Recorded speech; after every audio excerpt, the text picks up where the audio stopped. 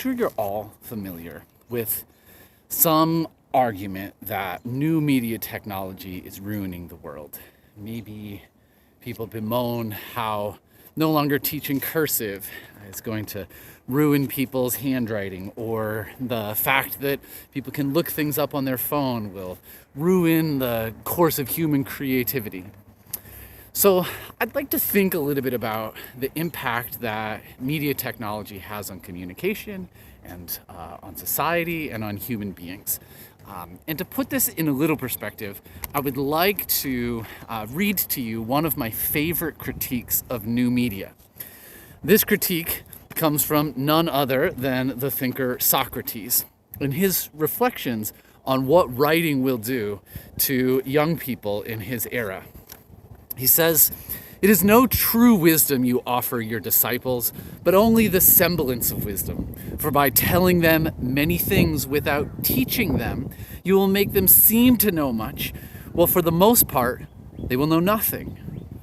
And as men not filled with wisdom, but the conceit of wisdom, they will be a burden to their fellows." He goes on and compares writing to the painter. The painter's products stand before us as though they were alive. But if you question them, they maintain a most majestic silence. The same is true for written words. They seem to talk to you as though they are intelligent, but if you ask them anything about what they say, from a desire to be instructed, they go on telling just the same thing forever. Now, if you know the story of Socrates, you know that he was an amazing face-to-face communicator, and his dialogic approach to instruction is still something that we talk about to this day. And if you read Plato's accounts of his work, he draws his conversational partners through various forms of thinking and using question and interrogation to deepen their insight of how the world works. Of course, the irony is we wouldn't know that unless Plato had written down. And of course, I just read to you those words of Socrates, a thing enabled by the very media technology that he hated ever so much. So why is it important to think about how Socrates hated writing or railed against writing and what it would do to the way that people thought?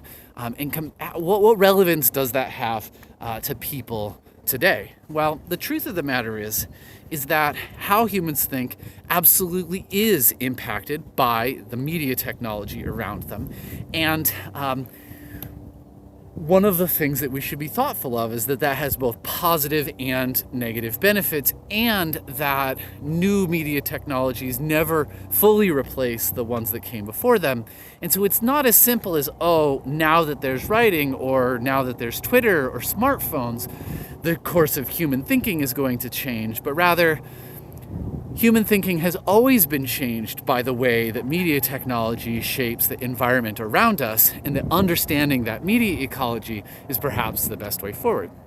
And so it is in this spirit that we take up the theory of media ecology. So media ecology is one of my favorite sociological concepts, and it tries to understand or account for the way that technology shapes communication behavior and subsequently human life.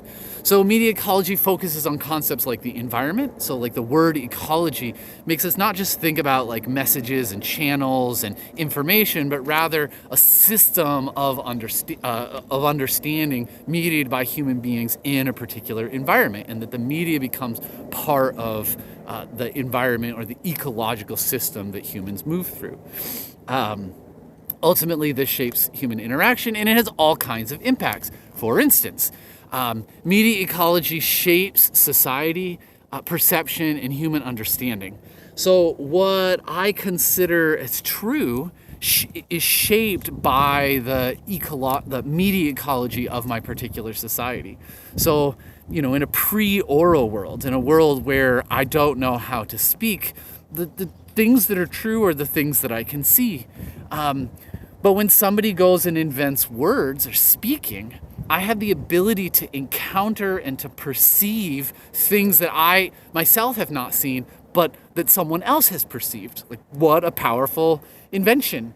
And I can suddenly think about trees or oceans or lakes or mountains that I have never seen. And so my ability to know beyond my raw perception, the ability to have empathic perceptions based on the way that another entity manipulates their words, that's a new venue for knowledge, for understanding. Also a new venue for deception. Before words, there was still deceit, of course. I could seem like I was going this way, but really go that way. But now that there are words, I suddenly have the worry, are the words real? Like, do they really represent a thing, or are they about something that's not real? Is there not really water on the other side of that hill? And will I die of thirst if I take you seriously? So that's kind of a wild example, but as new forms of technology are innovated, words, writing, new accounts of how I perceive the world and how I come to understand things evolve. Media ecologists often argue that media epochs really define the essence of that moment in society, and that what a society is or is about is deeply influenced by the media ecology of that particular time. Media ecology theorists also look at how media ultimately becomes a mode of social change. So how we shape society is ultimately through these mediated factors, but by shaping media, we reshape society. Ultimately, media has a profound impact on organizing experiences, how we come to understand and what we think is real and true is deeply rooted in the way that media connects us to each other and to the world around us. So when we're thinking about media ecologies, it's valuable to think about different media ecologies that have existed across the course of human history. So I've alluded to the notion that at some point we weren't language using, and then after that point we started talking. So orality is really the kind of first media ecology. To me it's really the second, but it's the first that people seriously study. How did talking shape and change human society? But then people started in on writing, right? So early writing is kind of pictorial accounts, evolving into phonetic alphabets, the creation of paints and parchments, and then later writing, scrolls and bound books and codices. And as you think about how media shapes human understanding, one of the things that you start to realize is that in a society that only speaks, that never writes, that what counts as instruction, what counts as knowledge, what counts as reliable knowledge production shifts as you move toward ledgers and accounts, right? The work of an accountant is different before you can write things down. And so the way that storytelling is shaped, right? Like stories have to be better in an oral society so that they're more memorable. Whereas when you write, suddenly you can really trash storyteller, but the words stay around if they're written on something that persists. Certainly folks have thought about the way that the printing press has shaped human society. So we've got the early printing press of like Gutenberg and friends, and the wild social upheaval that followed this invention, the way that books became wildly more accessible, and then the later printing press, which was really the beginning of the mass printing market, but the invention of the newspaper and things like this. And there are passionate accounts of how democracy is rooted in the newspaper, and famous folks saying things like, if I had to choose between having a democracy with no press or a press with no democracy, like you definitely choose the newspaper and not the democracy. And then, of course, the beginning of the 20th century with the electric age, the invention of the telephone and the telegraph, sending messages over space, and then electronic media distribution with television and the radio, communicating over waves to mass markets. And then, the rise of the digital age with the internet and cell phones. And then, honestly, right, like Web 2.0 is probably like a whole other media ecology in addition to emails and things like this. But social media and browser-based interactive things. And then as we, not even on the horizon, existing alternate reality and virtual reality frameworks. And so one of the things that you can do to really kind of give yourself insight with respect to how media shapes society is to just play an empathy game with respect to any of these media ecologies. And that is to say, pick one of the media ecologies, so orality or later writing or the invention of the telephone or whatever, and ask yourself, if I was living in a time where this new technology was being created, what would the things that my community would be really excited about? What are the new possibilities that this media offers? But also, what would the things that I worry about that this new media will ruin? Because as the theories suggest, the media epoch defines that moment in society. And so if there is an invention that allows things to, say, move faster, it's going to make your society feel faster. And if you've got something that is going to seem, more immersive, well, then people are going to be more immersed in that technology and less immersed in other things. But you can also, in addition to asking what are the things that are exciting and what are the things that are worrying, you can ask, how do I think that this new media invention is going to shape human perception? What are new things that people will be able to see or experience? But also, how is it going to organize human perception? How do I think that this media ecology is going to shape the people's orientation towards the totality of their experience? And then, of course, you can also ask how it's this new mediated invention, new ecologic framework. How is it going to shape what counts as human knowledge, right? And ultimately, how is it going to shape the way we imagine what a good society is? What new possibilities will it gender with respect to the pursuit of justice? And how might it change even what we think justice should be, or what a flourishing human society actually is?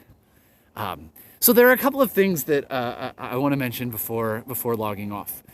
So the first is it's important to recognize that new media inventions shape the media ecology, but the old modes of mediation don't vanish. I mean, so certainly there are less people listening to records than there used to be, right? So just I'm not saying that every single piece of media technology exists. Like, nobody reads scrolls anymore, right? That's not like a really common form.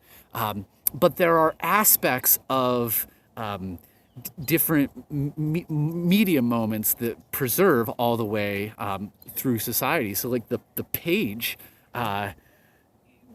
continues to be an important way of organizing human thinking. There's no reason that Google Docs needs to be in pages, right? Why do we have web pages? With scrolling, it makes the idea of, scrolling, even that word, right, is rooted in the scroll. So yeah, people don't use scrolls anymore, but we still scroll through things.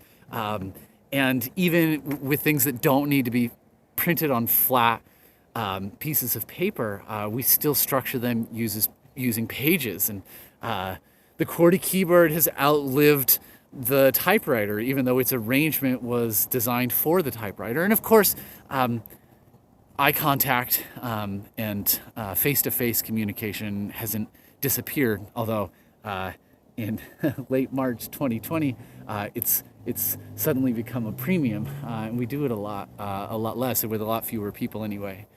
But the media ecology is usually an additive reality. As it evolves, new things come and add. So one of the things that I think is really powerful about this is recognizing that there are different societies that are connected to different types of ecologies, and say if you're having trouble reaching out to someone, it's worth asking, how is their media ecology different than mine, and how might I need to shape the way that I communicate strategically in order to connect to their particular media ecology. Lots of folks want to do digital activism, and that's great. There are beautiful opportunities that are connected to that. But if somebody, wants to do work in the realm of homelessness and they only ever want to check their email or do things on social media, they're not really going to create is deeper relationships with folks who are actually living without homes if they're not able to have, like a direct face-to-face conversation, in part because of the amount of digital access folks have without homes. But I think it's also, the theory is useful for, in some ways, normalizing the kinds of worries or anxieties that people have. I quote Socrates, in part, ironically, because I wouldn't know about it if it wasn't written down, but also to just say, hey, it is a legitimate worry. Like, new technologies do threaten the existing human experiential interaction and knowledge frameworks, but also to recognize that that's also pretty ordinary, and that it's been happening a lot through the course of human civilization. And then the moment that we find ourselves in is not particularly new with regard to the fact that different new medias will shape the ecology. Though I will say, one thing that is new is the speed with which the media ecology shifts. If you think about how many, maybe even hundreds of thousands of years that language developed, and tens of thousands of years that writing was developed, and hundreds of years that the print was developed, and the less than 100 years from electronic to electric to digital, and now we're honestly creating pretty whole-scale reinventions of what a media framework could be in, certainly less than a decade, every few years. And I don't, until we run out of fossil fuels and don't figure something else out, that's not going to slow down.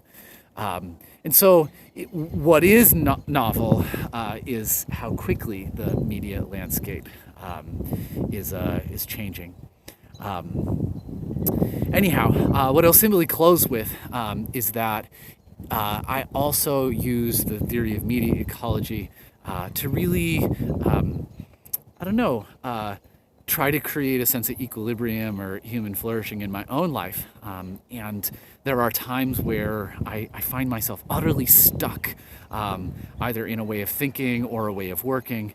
And I sometimes challenge myself to ask, what media framework or what media ecology have I assumed that this project or interaction needed to move forward? And is there a different and more life-giving one that I could deploy?